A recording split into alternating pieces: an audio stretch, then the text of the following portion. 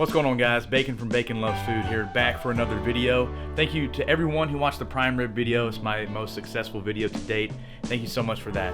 Let's go ahead and get into today's video. Today we're going to be doing individually wrapped Beef Wellingtons. Now, I chose to do this because first off, we have right around the corner, so I figured I'd pick something that's pretty, indulgent, something you can eat as your last meal before you start getting real into your New Year's Day resolutions. Also, is that there's not many recipes out there for individually wrapped beef Wellington. And I think this is something that needs to be put out there, more often because it's way more cost effective. Not everyone can afford the $200 long slab of fillets that it usually requires to cook beef Wellington. So it's way more cost effective, and also if you mess up on just one steak as opposed to a whole cut of fillets, well, it's not that big of a deal. But if you mess up a $200 cut of beef, well, that's not good, right? So I figured I would pick something that's way more cost effective, way more easier and less intimidating to learn on, and something also if you live by yourself or just a couple of people, you don't need the whole sleeve anyway. So this is just something that's a little more practical for the normal everyday home cook, in my opinion. So just follow the steps as I do them. Beef Wellington is, a little intimidating, but it's actually very easy. And the only thing that's maybe a little hard about it is the fact that it has multiple components. And I'll teach you guys how to do all of that today. So just stick with me. Thank you so much for watching the video, and let's get to it. Alright guys, so as I said earlier, Beef Wellington does have multiple components. Let's go ahead and break these down so we can kind of understand the purpose of each one of these ingredients. So first we're going to start with our Filet Mignon. This is what you definitely want to cook Beef Wellington. It's super tender. Get one of decent size. I'm probably going to have to trim this one down because it's probably a little too thick here. And then next we have our Dijon mustard. This just adds an extra layer of heat and flavor. So next we have pecans. This is my own personal spin on this. I'm from the South. I love pecans. I grew up with them. And I figured I would include this in the recipe today, and I think you guys will really enjoy them. Alright guys, so moving on to the mushrooms. Mushrooms are crucial for the duck cell for Beef Wellington. I'm using portobello mushrooms today. I honestly don't have access to many exotic types of mushrooms in my area. It's usually either portobello or white mushrooms. And you can use either or. I've used both, and they are both just fine. If you can't get access to anything fancy, don't worry about it too much. And next is our herb addition. I'm choosing to use rosemary today. This is also kind of my own spin. Yeah, it's not anything crazy, but I love rosemary. I find that thyme and some other herbs that you may use kind of get lost on my palate. My palate's good, but it's not the most nuanced in the world, and I like kind of strong flavors that can punch through the richness of the Beef Wellington, and rosemary really accomplishes that for me. Next up is the prosciutto. There's not too much to say here, so I'll just say get a nice quality prosciutto, and for the love of God, get a package that has paper separating the prosciutto pieces. I did not, and it made my life very hard for this video, which I will explain later. Next we have our puff pastry. There's usually 2 sheets of puff pastry in each package, and you can usually find them on the frozen desserts aisle, wherever there's frozen pastries, and each package is usually about $5. Alright guys, so those are the main components of Beef Wellington. There are a couple smaller components, but I will bring those up as needed throughout the video. Always remember to take a look at my descriptions. I usually leave very detailed descriptions for you guys that outline the steps to do the recipe, any equipment that you may need, as well as comprehensive ingredient list. If you're old school and you like reading out of recipe books, that may benefit you better, so always remember to look down there, and you can also use it to double check yourself as well. With that being said, let's go ahead and get to the execution of the recipe. Alright guys, let's start with the preparation of these beautiful fillets we have here. It's actually still pretty thick after cutting the main one in half. Let's go ahead and season both sides fairly generously with kosher salt. Be sure to mop up any excess seasoning as to not waste it, and it's an easy way to season the sides. Let's also do some fresh cracked black pepper on each side and the sides of the steak as well. Try to do fresh cracked. It makes all the difference in the world. So now that we're done with those, let's go ahead and let them sit there and really soak up that seasoning while we heat up our pan. Take a pan and heat it over high heat, and when it's halfway through the process of heating up, pour in your olive oil so it's easily spreadable around the pan. Once the pan starts to smoke lightly like so, go ahead and lay in your fillets, and if it makes that incredible sizzling noise, you know that your pan is hot enough and good to go. I like to lay my fillets on the edge of the pan because that's where it's hottest, and that's where you really get that killer sear. Remember, we're just trying to sear the fillets on each side here. We're not trying to cook them at all. Most of your cooking is going to come from the oven. I made that mistake when I first started making beef Wellington. I cooked the steaks entirely too long during this step in the process. Just sear them lightly on each side, like 5 to 10 seconds, and you should be good to go. So next we want to apply our Dijon mustard to the fillets as soon as we take them out of the pan while they're still hot. I like to apply a pretty thin layer. If you really like the flavor of Dijon mustard, you can apply as little or as much as you want, because the whole point is while they're still hot for the mustard to seep into the steak. And while those are sitting there, we're going to go ahead and make our mushroom duxelle. So next we're going to fill up our processor with the portobello mushrooms. After that, crack a handful of pecans over the top, and then give it a generous pinch of kosher salt. So now we're going to blend to the consistency of rough crumbs. You'll see what I'm talking about here in a second. Basically, you just don't want any big pieces left, and you want it to be easily spreadable and easily rollable. So next we're going to heat up a small pan to medium heat, and then we are going to dump in our mixture. I do medium heat as opposed to high heat to prevent sticking, and so I have to stir less. Then next we're going to chop up our rosemary and dump it into the mixture about halfway through the mushrooms cooking process. I do this because I like to keep the rosemary nice and fragrant as opposed to just cooking it to death and all that fragrance is gone. So guys, we're about halfway done, so I figured I'd address the mushroom duxelle. So I do get some questions on, how do I know when it's done? Well, the answer is it will take some practice to kind of figure it out, but there's a couple things you can look for. One, the whole reason that we're doing this is to get the water out of the mushrooms. So you can kind of gauge whether or not it's done by that. And the way you can do that is first the eye test. Whenever you put the mushrooms in the pan first, you will actually be able to see, if you get your eyes close enough, you will be able to see water coming out of the mushrooms. You'll see it bubbling kind of on the surface. When it stops doing that, or stops doing that mostly, that means it's probably done. Also, in conjunction with the rosemary and the nuts, you will get a really pleasant aroma once it starts to be just right.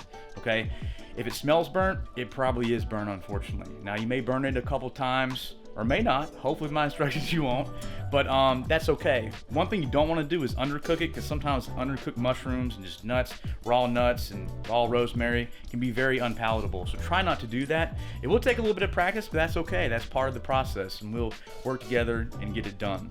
But that's pretty much how you can tell. And like I said, it will take practice. All right, so now we're going to roll out our cling wrap over a cutting board, grab our prosciutto, and layer 4 pieces of prosciutto per individual wrapped Wellington. I paused the image here so y'all can see exactly how I did that. Notice once again, it's 4 pieces just layered on top of each other. Pretty simple. If you have any questions, put them down in the comments. All right, now we're going to apply our mushroom duxelle to the prosciutto. Make sure it's completely cooled off before applying. Notice how I'm patting it down to make it nice and even so that it gets that nice even layer when I roll it.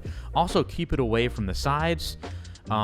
This will prevent it from, when you start to roll it, from it like seeping and like exploding out of the sides. If you get it too close, it'll create a mess. So be sure to spread it evenly and make sure it's away from the sides. Yeah, so a couple of things about the prosciutto. You probably saw per last scene that I had a hole at the end of one of the pieces. That's not the end of the world. If you do that, that's okay. It's manageable, but try to avoid holes if at all possible, especially in the middle, because that's where all your mushroom and the meat's going to be. And as it cooks, it's going to push all of that through those holes, and it won't be very pretty. So try to avoid holes if at all possible, and try to get prosciutto with paper separating each piece. The ones that I got didn't have that, so I tore a couple, unfortunately, when trying to get them done or get them ready for this video. Try to get the ones with the paper in between, and even then, be very careful and be surgical. These are very, very thin pieces of meat, and they're so easy to tear, so just know that going in, and they are kind of expensive, so you just be really careful when you first start to peel them off the paper. Alright guys, so let's get to the actual wrapping of the Wellington. Gordon Ramsay's probably not going to approve of my method here, but I always put the steak at the end like this as opposed to in the middle, because the individual steaks are more like square shaped than they are cylinder shaped like a larger filet would be. So what I do is I just go up and over just like that in one move, make it very, very tight, and then I flip it over again just like that, and then I pinch the ends, and then I start to twist to make everything more compact in the middle. It's only 2 moves. It's very, very easy. This is just the way I prefer to do it. Like I said, I know Gordon Ramsay probably wouldn't be happy about this, but it's just how I do it. It works, and it's easy. After this, I put it in the fridge for approximately 2 hours. The colder the better, and the more it stays together during wrapping. Alright guys, so we're on the last leg here. Let's talk about the puff pastry. So the puff pastry, you need to thaw it out a little bit before you use it, and I like it to where it's still cold, but just pliable enough to fold. If you leave it out too long, it tears easily, and it becomes too doughy, and it's just a lot harder to work with. So I like to kind of get somewhere in between where it's still nice and cold, and still firm, but also somewhat pliable. So I like to fold the first half over like so. I know Gordon Ramsay probably wouldn't approve of this method either, but notice how tight it is, okay? And in my opinion, whenever you are making beef Wellington, whichever way you choose to make it, as far as wrapping is concerned, you just have to always make sure when wrapping, everything is just nice and tight. As you can see, I folded the other half over like so, and now I'm just going to kind of use my hands to make sure everything is nice, compact, and tight. I'm going to take back down the cling wrap, and I'm going to slice off any excess pastry on either end with a dull knife. The reason I use a dull knife is so that I don't slice through the pastry and slice through the cling wrap and create a big hole. I've done that several times.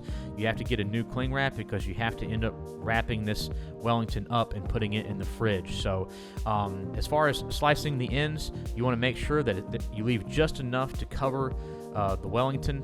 No more, no less. You don't want a whole bunch of dough on the ends, and you don't want too little dough, or it won't cover the Wellington.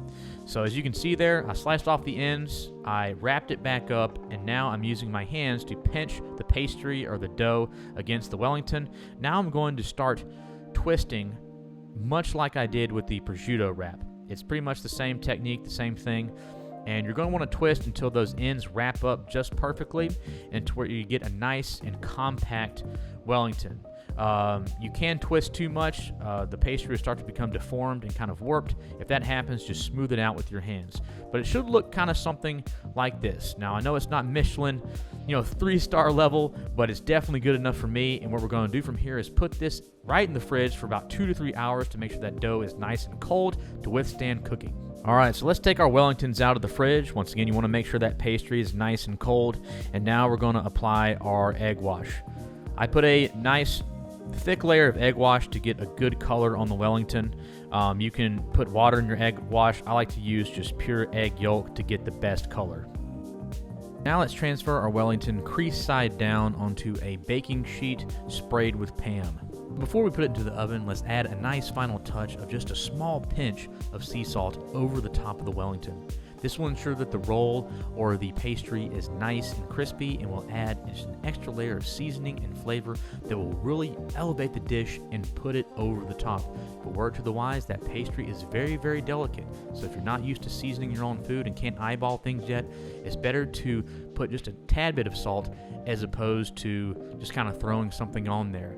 The pastry, once again, is very delicate, and just a little bit of salt goes a very long way, and it'd be a real shame to ruin the entire dish just because you over-seasoned it on the last step. Now we're going to plop it in the oven at 390 for approximately 25 minutes. I find 25 minutes is a good starting point for any size of steak.